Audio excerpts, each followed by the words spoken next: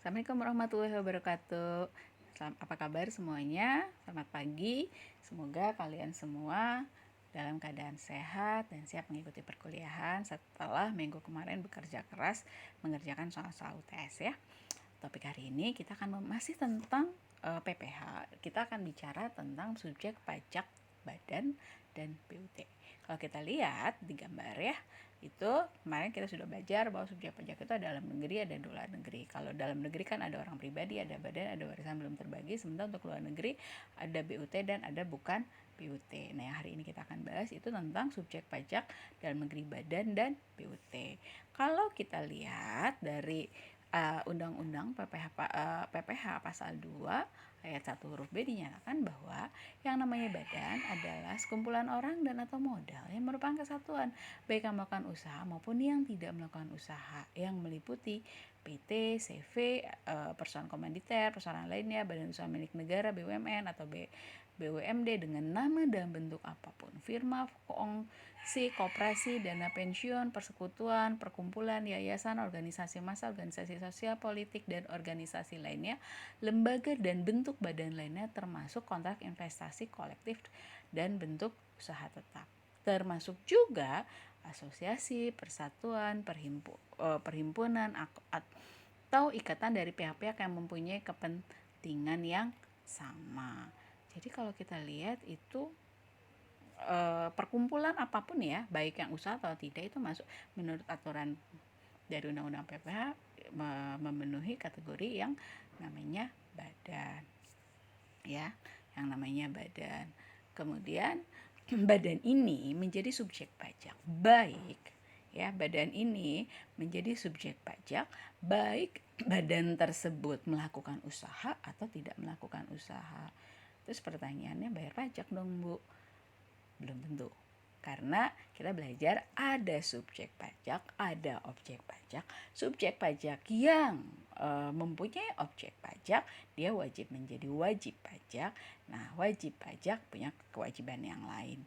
Nah, kemudian kalaupun misalnya ada lembaga yang bukan usaha, badan gitu ya, tapi bukan usaha, itu memenuhi kategori wajib pajak, bisa jadi dia harus bayar pajak, bisa jadi dia tidak perlu bayar pajak. Kenapa? Karena kita harus memperhitungkan penghasilan dia apa, objek apa bukan, final atau tidak. Atau kalaupun misalnya kemudian dia pembukuan atau tidak pembukuan. Kalaupun misalnya dia pembukuan, penghasilannya itu menghasilkan keuntungan, masih ada laba fiskal atau tidak. Itu yang harus kita lihat sampai akhirnya kita bisa menentukan bahwa dia harus bayar pajak atau tidak. Tapi kalau kita lihat aturan tentang badan, ya bisa dibilang hampir setiap perikatan ya, perkumpulan, tempat berkumpulnya sekian pihak gitu, itu memenuhi kategori badan ya, di mana badan tadi menjadi subjek pajak. Namun kalau kita lihat lagi dari ketentuan berikutnya di pasal 2 ayat 3 Undang-Undang PPH, unit tertentu dari badan pemerintah yang memenuhi 4 kriteria dikecualikan sebagai subjek pajak penghasilan. 4 kriteria ini semuanya harus terpenuhi. Ketika satu kriteria tidak terpenuhi, maka dia menjadi subjek pajak. Apa saja kriterianya? Yang pertama, pembentukannya berdasarkan ketentuan peraturan perundang-undangan. Yang kedua, pembiayaannya bersumber dari APBN atau APBD. Yang ketiga, penerimaannya dimasukkan dalam anggaran pemerintah pusat atau APBN atau APBD. Dan yang terakhir, pembukaannya diperiksa oleh aparat pengawasan fungsional atau BPK, BPKP, dan yang lain-lain. Nah, keempat kriteria ini terpenuhi, maka dia bukan subjek pajak, baik kantor pemerintah di pusat maupun di daerah. Misal, kantor Direktur Jenderal Pajak, kantor Kepresidenan, Menko Polhukam, Kementerian Sosial, Kementerian Agama, Kemendikbud, dan lain-lain. Itu bukan subjek pajak. Atau kita lihat pemerintah daerah, kantor bupati, kantor wali kota, kantor kecamatan, SD, dan sebagainya. STAN misalnya. Kalau dia memang 4 kriteria terpenuhi, itu dia bukan subjek pajak. Itu ya. Berikutnya lagi, sekarang kita bicara tentang badan sebagai subjek pajak dalam negeri. Nah, kalau kita lihat dari peraturan nomor 43/PJ/2011 yang dimaksud itu dibilangin badan ya dalam negeri itu yang didirikan atau bertempat kedudukan di Indonesia, ya. Nah, badan yang didirikan di Indonesia adalah badan di luar BUT ya, yang pendirian atau pembentukannya berdasarkan ketentuan peraturan perundang-undangan di Indonesia, didaftarkan di Indonesia berdasarkan ketentuan perundang-undangan di Indonesia atau ada di wilayah hukum Indonesia. Adapun yang namanya badan yang bertempat kedudukan Indonesia adalah badan yang mempunyai tempat kedudukan berada di Indonesia sebagaimana tercantum dalam akta pendirian badan, atau mempunyai kantor pusat di Indonesia, mempunyai tempat kedudukan pusat administrasi atau pusat keuangan di Indonesia, mempunyai tempat kantor pimpinan yang berada di Indonesia yang melakukan pengendalian, pengurusnya melakukan pertemuan di Indonesia untuk membuat keputusan strategis, atau pengurusnya bertempat tinggal atau berdomisili di Indonesia. Itu yang memenuhi kategori subjek pajak badan di dalam negeri. Kita berikutnya lagi kita bicara tentang subjek pajak luar negeri BUT atau bentuk usaha tetap. Kalau kita lihat lagi dari aturan undang-undang PPH, yang namanya BUT adalah bentuk usaha yang dipergunakan oleh orang pribadi yang tidak bertempat tinggal atau di Indonesia tidak lebih dari 183 hari dalam jangka waktu 12 bulan, atau badan yang didirikan dan tidak bertempat kedudukan Indonesia untuk menjalankan usaha atau kegiatan di Indonesia. Jadi kalau kita lihat lagi, ini tuh sebenarnya subjek pajak luar negeri, ya.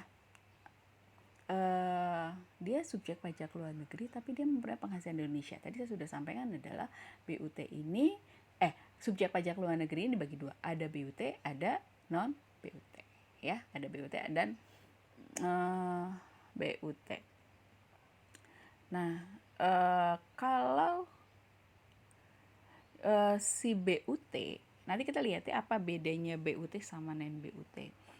Kalau si subjek pajak luar negeri, dia tuh tidak memenuhi syarat BUT. Kalau BUT gimana ya ngomongnya? Gini deh. Ini nanti silakan dibaca ya. Tapi kalau BUT itu salah satunya kan bisa karena orang bisa badan. Kalau badan salah satu dari kriteria ini ada, maka dia menjadi BUT, ya. Kalau dia punya tempat kedudukan manajemen. Kalau si perusahaan luar negeri tadi punya cabang di Indonesia. Kalau perusahaan di luar negeri tadi punya kantor perwakilan Indonesia, atau punya gedung kantor, atau punya pabrik, atau punya bengkel, atau punya gudang, atau punya ruang untuk promosi dan penjualan. Atau si perusahaan di luar negeri tadi punya izin pertambangan dan penggalian sumber alam, atau si perusahaan di luar negeri tadi, subjek pajak luar negeri tadi, punya wilayah kerja pertambangan minyak dan gas bumi, atau perusahaan si subjek pajak luar negeri tadi punya perikanan, peternakan, pertanian, perkebunan atau kehutanan, atau dia punya proyek konstruksi, instalasi atau proyek perakitan, atau memberikan jasa si pihak subjek luar negeri tadi dalam bentuk apapun oleh pegawai dan orang lain sepanjang lebih dari 60 hari dalam jangka waktu 12 bulan, atau orang atau badan bahkan yang bertindak sebagai agen kedudukan yang tidak bebas atau agen pegawai di perusahaan asuransi yang tidak didirikan dan tidak bertempat di Indonesia menerima premi asuransi atau menanggung resiko Indonesia, atau komputer, agen elektronik atau peralatan otomatis yang dimiliki di atau digunakan penyelenggara transaksi elektronik untuk menjaga kegiatan usaha melalui internet. Salah satu itu terpenuhi, maka dia menjadi BUT. Misal, ambil contoh yang paling gampang adalah, misalnya ada katakanlah perusahaan, katakanlah kita bilang apa ya perusahaannya, misalnya Samsung punya cabang nggak di Indonesia yang jadi cabang luar negeri, bukan Samsung Indonesia yang didirikan berdasarkan undang-undang Indonesia. Kalau didirikan berdasarkan ketentuan peraturan Indonesia, dia jadi subjek pajak dalam negeri. Tapi kalau dia cabangnya dari luar negeri atau Hong Kong Bank deh, dia jadi cabang di Indonesia nggak gitu ya. Kalau dia cabangnya dari luar negeri, dia adalah BUT karena dia subjek pajak luar negeri. Contoh yang lain, misalnya, mungkin perusahaan tambang, dia misalnya dia nggak buat kan kadang-kadang gini, subjek pajak luar negeri itu kadang-kadang dia membuat perusahaan di Indonesia dan didirikan dan bertempat kedudukan Indonesia. Maka meskipun dia punya milik luar negeri, dia merupakan subjek pajak dalam negeri.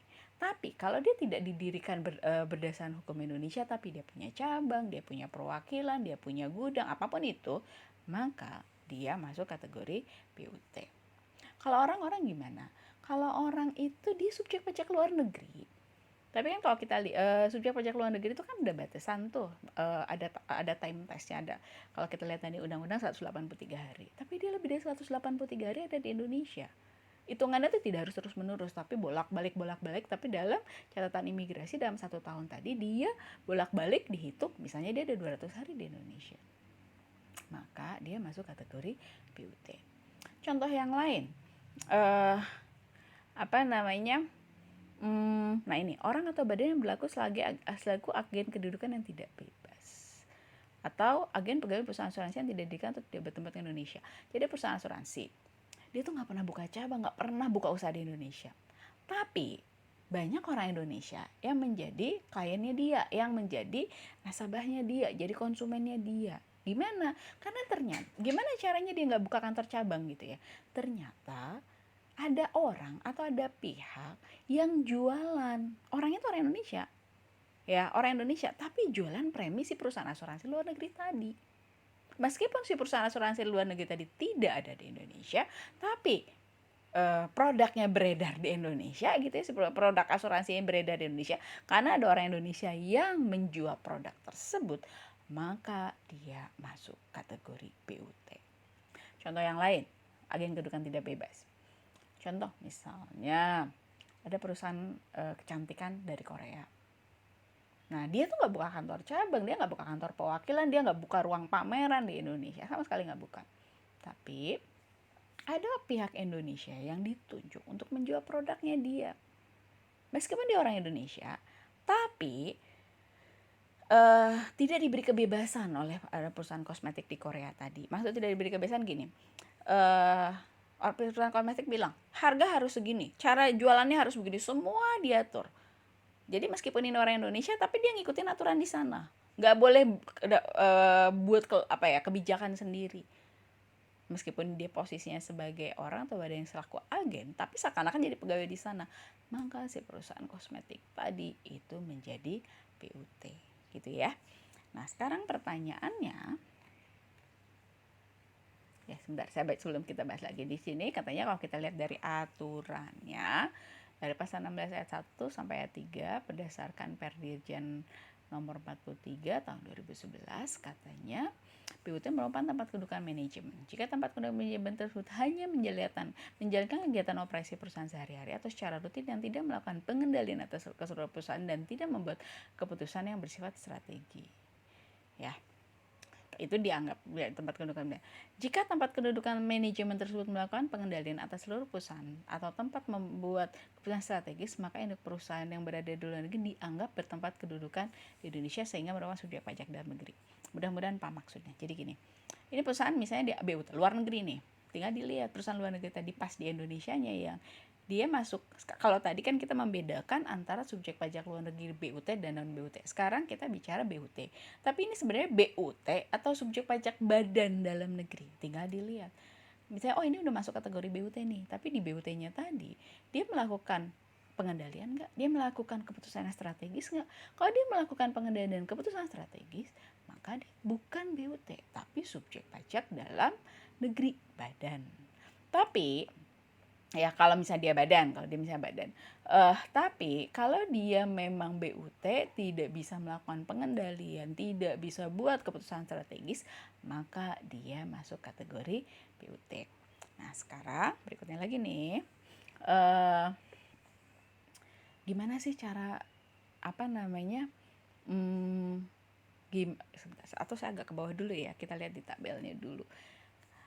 Kenapa sih kita harus ngeributin, kita harus bahas tentang antara WPDN, WPLN. Rasanya dulu udah sempat dibahas ya sebelum UTS bahwa kalau WPDN itu dia dasar pengenaan pajaknya dia neto. tarifnya progresif. Sementara kalau WPLN pengenaan pajaknya itu bruto, tarifnya 20% tapi dari bruto gitu ya. Kalau kita pakai undang-undang PPH. Kemudian kalau WPLN hanya dikenakan atas penghasilan yang bersumber dari Indonesia, termasuk BUT dalam hal ini. Sementara untuk WPBDN dikenakan pajak atas seluruh penghasilan yang dari Indonesia dan seluruh dunia, worldwide income. Makanya kita perlu menentukan dia WPLN atau WPDN. Terus sekarang kalau BUT gimana? Kalau BUT nanti kita bahas lagi. Perlakuan perpajakannya, dia itu WPLN yang kewajiban perpajakannya dipersamakan dengan WPDN. Artinya dia itu harus punya NPWP, dia tuh harus lapor SPT badan. Kalau dia sebagai pemotong atau pungut pajak, dia juga harus buat SPT masa. Kemudian pengenaan pajaknya dari neto bukan dari bruto, tarifnya pakai pajak progresif. Meskipun nanti ada perbedaan, sebenarnya ada perbedaan juga antara WPDN dan WPL dan BUT. Tapi secara tarif pajak, tentu pajak yang dikenakan terhadap BUT lebih kecil dibandingkan dengan pajak yang dikenakan terhadap WPLN. Ya, makanya kita harus membedakan. Nah, sekarang saya naik sedikit lagi ke atas. Nah, sekarang itu kan kalau kita ngatur ngikuti aturan undang-undang PPH. Sementara antar negara itu kadang-kadang kita melakukan yang namanya tax treaty atau perjanjian penghindaran pajak berganda. Kita tahu masing-masing negara punya aturan tentang pajak. Kalau tidak ada tax treaty, maka kalau terjadi perdagangan internasional antar negara, maka si pihak yang melakukan perdagangan tadi dia kena pajak di tiap negara gitu. Misalnya ada perdagangan antara Indonesia dengan Kanada. Di Kanada dia kena, di Indonesia dia kena gitu. Namanya pajak berganda. Lebih parah lagi kalau dia nggak cuma dua pihak, banyak pihak, bisa dikena di banyak negara.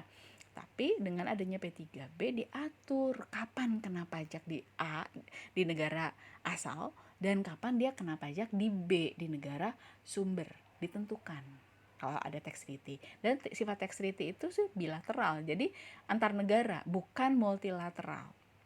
Nah, kalau misalnya ada tax treaty antara Indonesia dengan negara si asal BUT tadi, itu maka yang kita pakai adalah aturan tax treaty, bukan aturan undang-undang PPH. Yang kadang-kadang isinya berbeda antara tax treaty dengan undang-undang PPH, misalnya soal time test, soal tarif pajak dan sebagainya. Dan itu antar tax treaty itu beda. Indonesia Singapura, Indonesia Malaysia, Indonesia Australia, Indonesia Amerika, Indonesia Kanada dan sebagainya, itu beda. Jadi memang beda-beda gitu ya aturannya. Nah, jadi kalau ada BUT dan antar negara tadi ada tax treaty, dan di dalam tax treaty itu ada aturan lagi, pihak mana yang bisa mengikuti aturan tax treaty tadi, ada aturan-aturannya, dan memang memenuhi syarat, maka kita pakai tax treaty. Tapi kalau ternyata tidak ada tax treaty atau dia tidak mengikuti ketentuan untuk menggunakan tax treaty tadi, maka kita pakai undang-undang PPH yang otomatis ya pakai aturan undang-undang PPH gitu ya. Kenapa?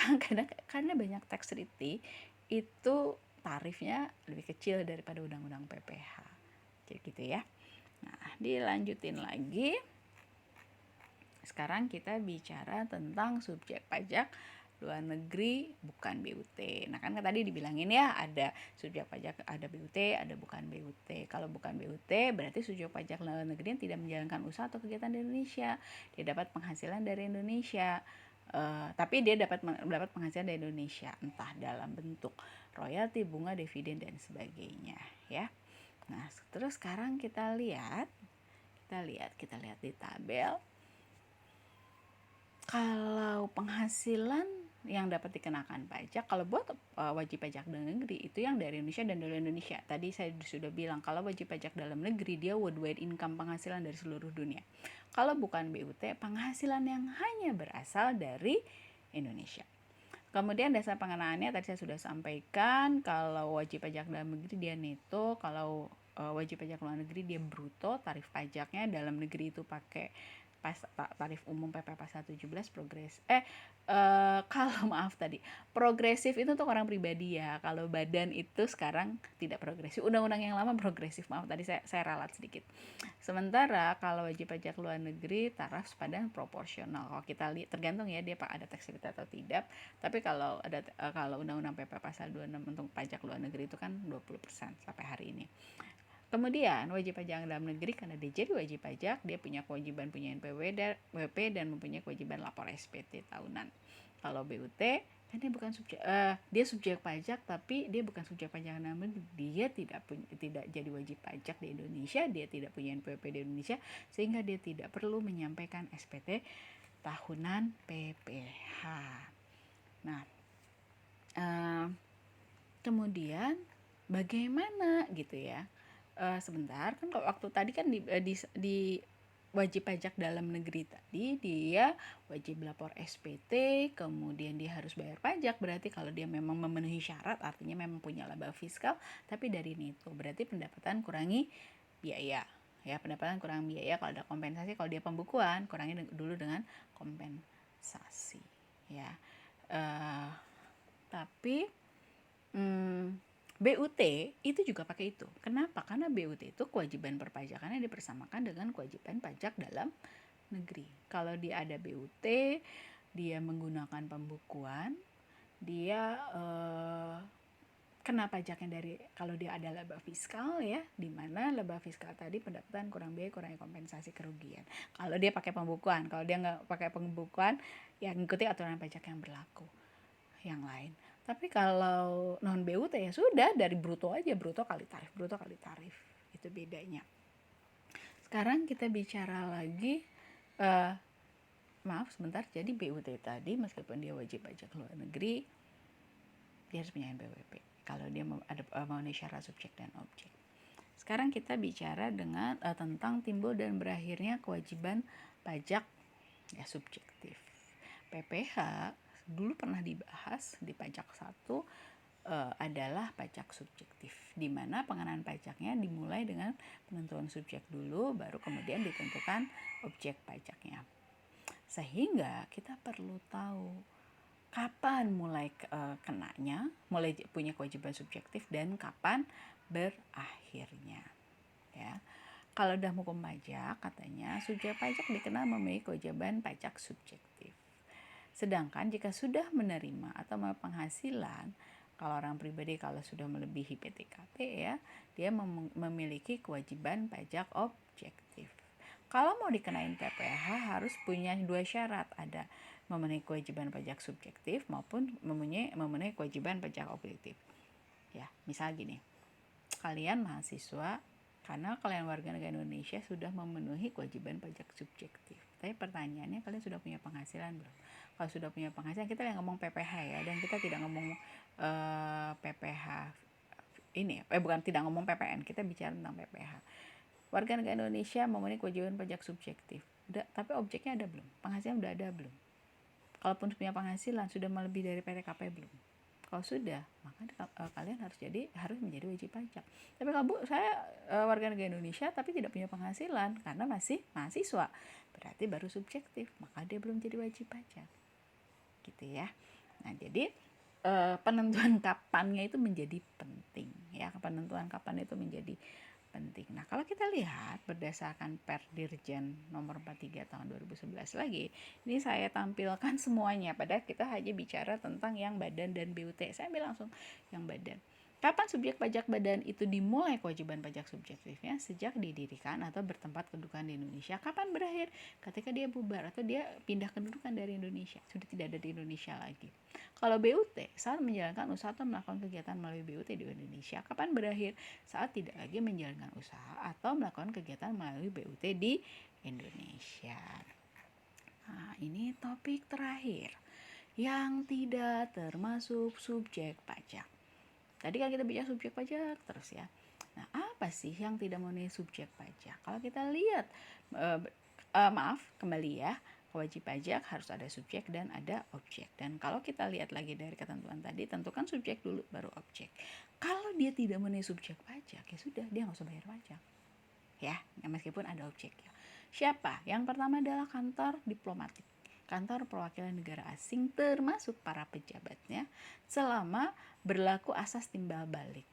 Ya, jadi maksudnya gini, misalnya ada kantor kedutaan besar Arab Saudi di Indonesia, dia tidak menjadi subjek pajak selama kantor kedutaan besar atau kantor diplomatik Indonesia di Arab Saudi juga tidak menjadi subjek pajak di Arab Saudi. Jadi harus hubungan timbal balik.